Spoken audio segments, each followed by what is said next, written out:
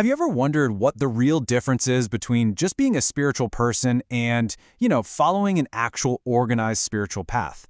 Like, is one better or can they maybe work together?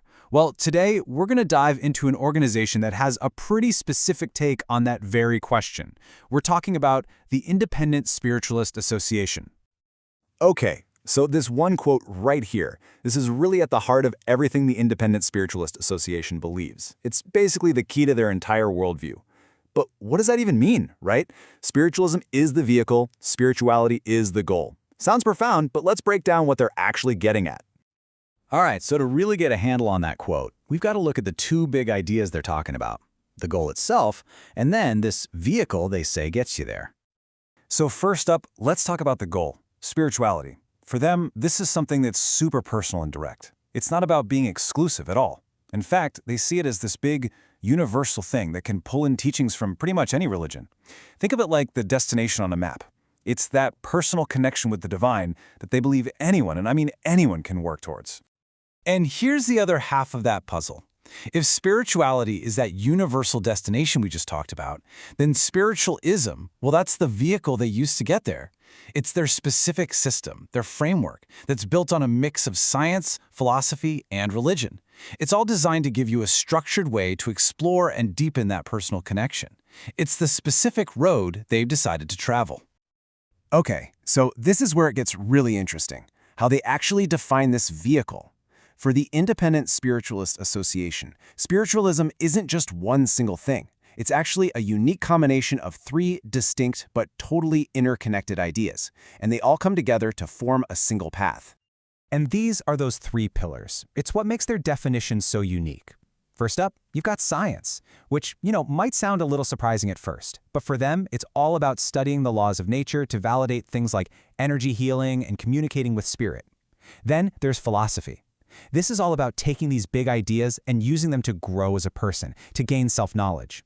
And finally, you have religion, which is focused on that alignment with God, finding comfort and connection through love and compassion. It's this three-part blend that really sets their whole approach apart. So now that we have a feel for their core beliefs, let's zoom out and look at the actual organization itself, the one that's been championing this path for, almost 100 years now. Right, so the Independent Spiritualist Association, or the ISA for short, it was actually founded way back in 1924 by a woman named Reverend Amanda Flower. And her mission was super clear. She wanted to build an organization that could really support the needs of mediums and energy healers, both educationally and just, organizationally. And today, they're still going strong, with groups in states all over, from Michigan and Illinois to Arizona and California. But you might be wondering, how does a belief system like this actually work in the real world? Like, what does the community look like? Well, probably the best way to get a feel for it is to check out their annual convention.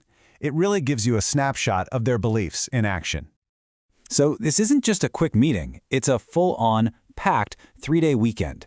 It all kicks off on a Friday with some really fun social stuff, like a pizza party and even a hands-on mandala workshop. Saturday looks like the big day, just jammed with activities. And then Sunday is all about wrapping things up with a healing service and some spirit messages before everybody has to pack up and head home. Let's zoom in on that Saturday, because it really gives you the whole flavor of the event. The morning is set aside for public spirit readings, and they bring in experienced mediums from Michigan, Illinois, and Ohio. Then, after they get the business stuff out of the way, everyone comes together for a big community banquet. And that's followed by a major educational workshop in the evening, this one on resilience in changing times. So you can see it's this great mix of spiritual practice, community hangout time, and some solid learning. And they really try to keep the practical stuff simple and accessible. For example, a ticket to that big catered banquet, it's just $35. And they do other things to make it easier for people to come too. They arrange for a special hotel rate for attendees, just $93 a night, which is a pretty good deal. Now, here's a little detail that I think tells you a lot about this organization. That main educational workshop, it actually used to be on Sunday, but they moved it to Saturday evening because they realized that too many of their members had to miss it to start the long drive home. I mean, it seems like a small change, but it really shows that this is an organization that's listening to its community and is willing to adapt to what people actually need. Okay, so we've covered the beliefs, we've seen the community in action. So what if you're sitting there thinking, this is interesting, I'd like to learn more? Well, the association lays out a few really clear ways for anyone who's curious to get connected. It's basically a simple 3-step path. First, you can look for a church service or a class near you. And hey, a lot of them are virtual now, so you can join from literally anywhere. Second, you can just explore their online educational stuff. They've got different opportunities and workshops. And third, if you find that their mission really speaks to you, you can choose to support what they do through donations.